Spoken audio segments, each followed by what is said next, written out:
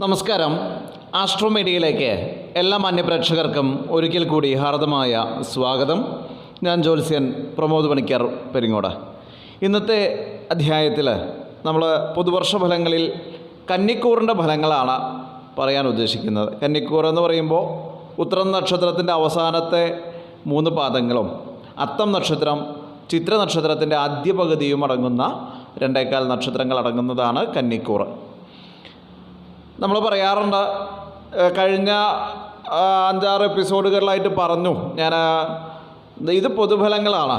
കാരണം ഈ ഉത്തര നക്ഷത്രമാണെങ്കിലും അത്താണെങ്കിലും ചിത്രക്കാണെങ്കിലും എത്രയോ അനവധി ആളുകൾ, കോടിക്കണക്കിന് ആൾക്കാരുണ്ടാവും. അപ്പോൾ അവർക്കെല്ലാവർക്കും ഒരേ അനുഭവം വരുന്നില്ല. അതിന് കാരണം അവനവൻ്റെ ജാതകം, ഓരോ വ്യക്തിക്ക് ഓരോ ജാതകമുണ്ട്. ആ ജാതകത്തിലെ ദശാഫലങ്ങളും അപഹാരഫലങ്ങളും ഛിദ്രാഫലങ്ങളും ഒക്കെ വ്യത്യാസപ്പെട്ടിരിക്കും.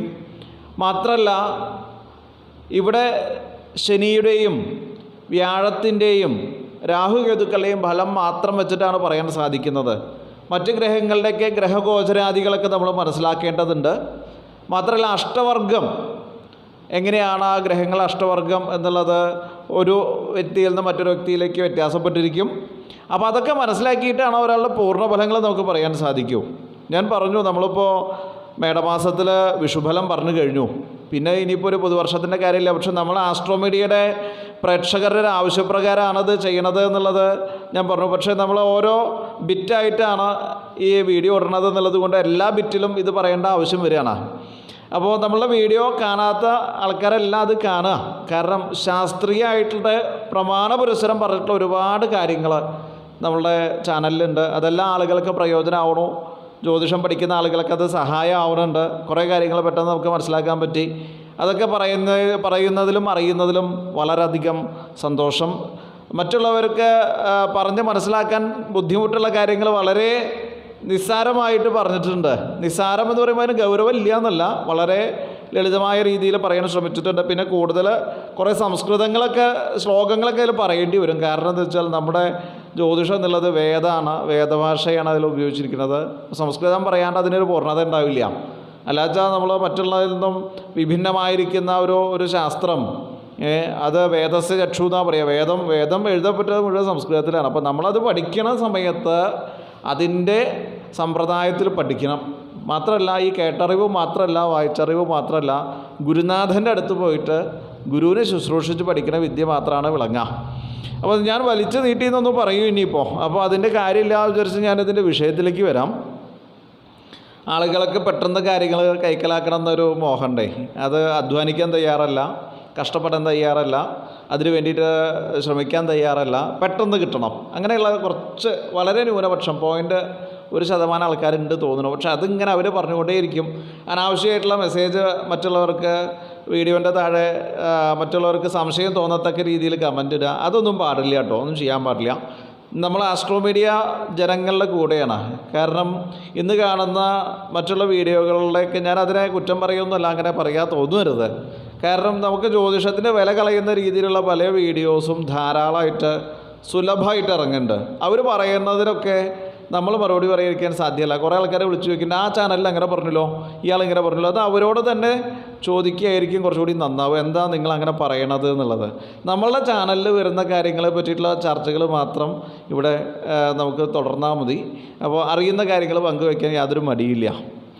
ഓക്കെ, ഇത്രയും കാര്യങ്ങളൊന്ന് പറയണം എന്നുള്ളതിൻ്റെ ഒരു ഫീഡ്ബാക്ക്, മറ്റു വീഡിയോകളിലേക്ക് ഒരു ഫീഡ്ബാക്ക് വന്നപ്പോൾ പറഞ്ഞു പോകുന്നതാണ്. ഓക്കെ, നമുക്ക് കാത്തിരിക്കുന്ന ഫലത്തിലേക്ക് വരാം. 2025 മെയ് മാസം 14-ാം തീയതി വരയ്ക്ക് കന്നിക്കൂറുകാർക്ക് വ്യാഴം 9 സഞ്ചരിക്കുക നല്ലൊരു സമയമാണ്. അതിനുശേഷം 10 വരും. 10-ാം വ്യാഴം വന്ന കേസരി യോഗം എന്നല്ല കേട്ടോ. 10-ാം വ്യാഴം ദശമേ ദാരികാവധം എന്നാണ് പറയുക. 10-ാം വ്യാഴം ദോഷമാണ്. 2025 മാർച്ച് 29 വരയ്ക്ക് ശനി 6-ലാണ്. അതിനുശേഷം 7 വരും. അപ്പോൾ കണ്ടകശനി തുടങ്ങാനിരിക്കുന്നുണ്ട് മാർച്ച് 29-ാം തീയതി മുതൽ. ശനി 6-ലുള്ളതും നല്ലതാണ്. അപ്പോൾ വ്യാഴമ്പഴിയും ശനിപ്പഴിയൊന്നും ഇല്ലാത്ത ആൾക്കാരാണ് ഇപ്പോൾ കന്നിക്കൂറുകാർ. അവർക്ക് ഈ പറഞ്ഞ സമയം മുതൽ അതൊക്കെ ആരംഭിക്കും. രാഹുകേതുക്കൾ 2025 മെയ് 18 വരയ്ക്ക് രാഹു 7, അതിനുശേഷം 6 വരും. കേതു 2025 മെയ് 18 വരയ്ക്ക് ജന്മത്തിൽ, അതിനുശേഷം 12 വരും. അപ്പോൾ ഇതെല്ലാം കൂട്ടി നോക്കുന്ന സമയത്ത് ഈ വർഷം ഗുണദോഷ സമ്മിശ്രമായിട്ടുള്ള കാലമാണ്. ഗുണവും ദോഷവും ഇടകലർന്നിട്ടുള്ള കാലഘട്ടമാണ്. അപ്പോൾ എന്താ ഉണ്ടാവുക എന്ന് വെച്ചാൽ ഇപ്പോൾ ഈ ആനുകൂല്യം ഉള്ള സമയം വരയ്ക്ക്, അതായത് മാർച്ച് 29 വരയ്ക്ക് ശനി അനുകൂലസ്ഥനാണ്, മെയ് 14 വരയ്ക്ക് വ്യാഴം അനുകൂലസ്ഥനാണ്. അപ്പോൾ ഈ ഒരു കാലഘട്ടം വരയ്ക്കൊക്കെ നമുക്ക് എന്തുണ്ടാവും, കുടുംബ സൗഖ്യങ്ങൾ നന്നായിട്ട് കിട്ടും. അതേപോലെ തന്നെ പുണ്യസ്ഥല ദർശനം അത് സാധ്യമാവുക. കുറേ കാലമായിട്ട് ഇങ്ങനെ ആഗ്രഹമുള്ള പുണ്യസ്ഥലങ്ങൾ ദർശിക്കണം എന്നൊക്കെ ഉണ്ടാവും. അതൊക്കെ ആഗ്രഹങ്ങളൊക്കെ സാധ്യമാവണ ഒരു കാലമാണ്.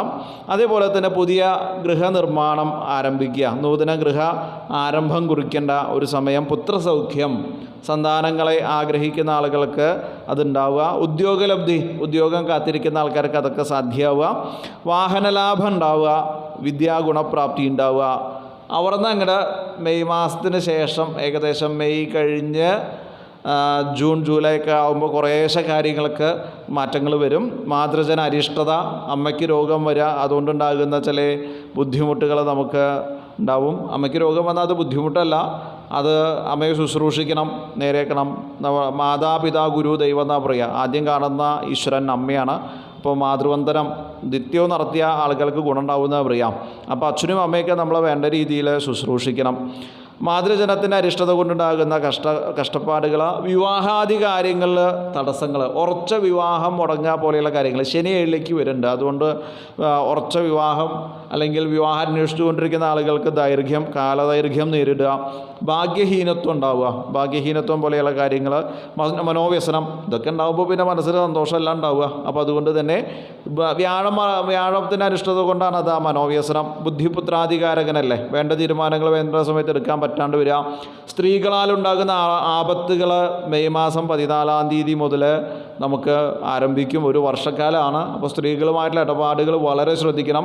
ഇപ്പോൾ സ്ത്രീകളായിട്ട് ഇടപെട്ട കുറച്ച് ആൾക്കാർ ഇപ്പോൾ ബുദ്ധിമുട്ടി, പൈസ ഉണ്ടായിട്ടൊന്നും കാര്യമൊന്നുമില്ല, അനാവശ്യമായിട്ടുള്ള വർത്തമാനം ആരോട് പറഞ്ഞാലും അവർ കുടുങ്ങും എന്നുള്ളത് ചില കാര്യങ്ങളിൽ നിന്ന് നമ്മൾ മനസ്സിലാക്കിയിട്ടുണ്ട്. അത് മറ്റുള്ളവർക്കും എല്ലാവരും മനസ്സിലായിട്ടുണ്ടാവും ഇപ്പോൾ അത് പൊതുവേ. അപ്പോൾ പൊതുവേ സ്ത്രീ എന്ന് പറയുമ്പോൾ ആദരിക്കപ്പെടേണ്ട ആൾക്കാരാണ്. അവർക്കാണ് സൃഷ്ടിക്കുള്ള കഴിവുള്ളത്. പുരുഷന്മാരും എന്നിരുന്നാൽ പോലും സ്ത്രീയാണ് ലോകമാതാവ്. അപ്പോൾ മാതാവിന് അത്രയധികം പ്രാധാന്യമുണ്ട്.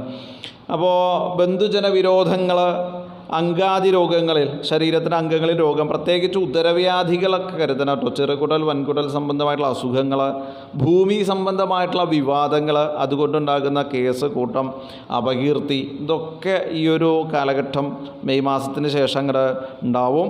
വളരെ ദൈർഘ്യം കൂടിയ കേസുകൾ വരിക. അപ്പോൾ അതൊക്കെ ശ്രദ്ധിച്ചു കൊണ്ടൊക്കെ അവനവൻ്റെ കാര്യങ്ങളൊക്കെ നോക്കുക. പിന്നെ ഇതൊക്കെ പൊതുവായിട്ട് അനുഭവിക്കാൻ സാധ്യതയുള്ള കാര്യങ്ങളാണ്. അതൊക്കെ ചാരഫലങ്ങൾ കൂടി ഉൾപ്പെടുത്തിയിട്ടാണ് ഇത് പറഞ്ഞിട്ടുള്ളത്. അപ്പോൾ അവനവൻ്റെ ജാതകം ഒന്ന് ഗ്രഹനില പരിശോധിച്ച് ഈ വ്യാഴത്തിൻ്റെയും ശനിയുടെയൊക്കെ അഷ്ടവർഗം പരിശോധിക്കുക. അതിൽ 5-ൽ മേലെ അഷ്ടവർഗ ബിന്ദുക്കളുണ്ട് വെച്ചാൽ ഈ പറഞ്ഞ ദോഷങ്ങൾക്ക് പകരം ഗുണം തന്നെയാണ് ഉണ്ടാവുക. അല്ലച്ചാൽ ദോഷം എന്തായാലും സംഭവിക്കില്ല. അപ്പോൾ ഓരോ വ്യക്തിക്കും ഓരോ ജാതകം ഉണ്ടെന്ന് പറഞ്ഞു. അത് അവനവന് ഇഷ്ടപ്പെട്ട ദൈവജ്ഞൻ്റെ അടുത്ത് കൊണ്ടുപോയിട്ട് വിശകലനം ചെയ്ത് അതിൻ്റെ കാര്യങ്ങൾ മനസ്സിലാക്കുക. അതിനനുസരിച്ചുള്ള വഴിപാടും കാര്യങ്ങളൊക്കെ അപ്പോൾ അദ്ദേഹം നിർദ്ദേശിച്ചു തരും. പിന്നെ മാന്യമായിട്ടൊക്കെ ജീവിക്കുക, കുറച്ച് ഈശ്വരഭക്തി ഉണ്ടാവുക, മാതൃഭക്തി, പിതൃഭക്തി, ഗുരുജനഭക്തി ഇതൊക്കെ ഉണ്ടാവുക. ബഹുമാനിക്കേണ്ട ആൾക്കാരെ ബഹുമാനിക്കേണ്ട ഒരു കാര്യത്തിൽ ഒട്ടും കുറവുണ്ടാവരുത്. പിന്നെ കുറച്ച് പുരാണ ശ്രവണങ്ങൾ നടത്തുക. പുരാണം എന്ന് പറയുമ്പോൾ നമുക്കിപ്പോൾ ഏറ്റവും നല്ലത് ഗീത വായിക്കുക, രാമായണം വായിക്കുക, പൂന്താനം കവിയുടെ ജ്ഞാനപ്പാന കേൾക്കുക. ഇതൊക്കെ കേട്ട് കഴിഞ്ഞാൽ നമുക്ക് കുറേ കാര്യങ്ങൾ നമുക്കതൊന്ന് മനസ്സിലാക്കും. നീതിസാരം വായിക്കുക, ഇങ്ങനെയൊക്കെയുള്ള കാര്യങ്ങൾ ചെയ്ത് കഴിഞ്ഞാൽ നമുക്ക് കുറേ ആപത്തുനിന്ന് രക്ഷപ്പെടാനുള്ള മാർഗ്ഗങ്ങൾ അതിൽ തന്നെ ഉണ്ട്. അപ്പോൾ അതൊക്കെ ഒന്ന് മനപ്പാടാക്കുക.